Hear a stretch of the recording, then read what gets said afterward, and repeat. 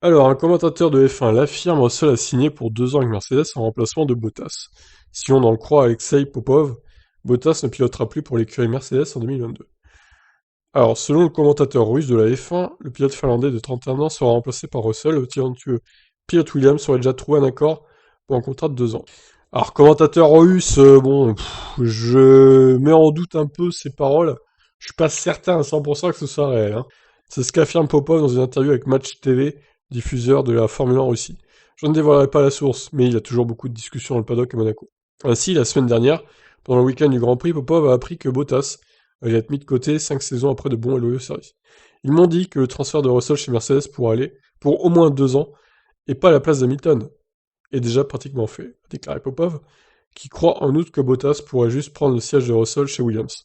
L'échange Russell, Bottas, alors là, Bottas chez Williams, l'horreur totale. Ce n'est que ma supposition, mais le fait que Russell sera dans la Mercedes est presque certain. Les nouvelles réglementations entrent également en Formule 1 en 2022, et peut-être que Williams peut faire un bond en avant sur la grille alors, rendant l'échange avec Bottas une opportunité intéressante. Le Finlandais ne cache pas son désir de devenir champion du monde dans la catégorie N du sport auto, mais il semble que cela ne se produira pas en 2021. Il a déjà 58 points de retard sur le leader du championnat Max Verstappen.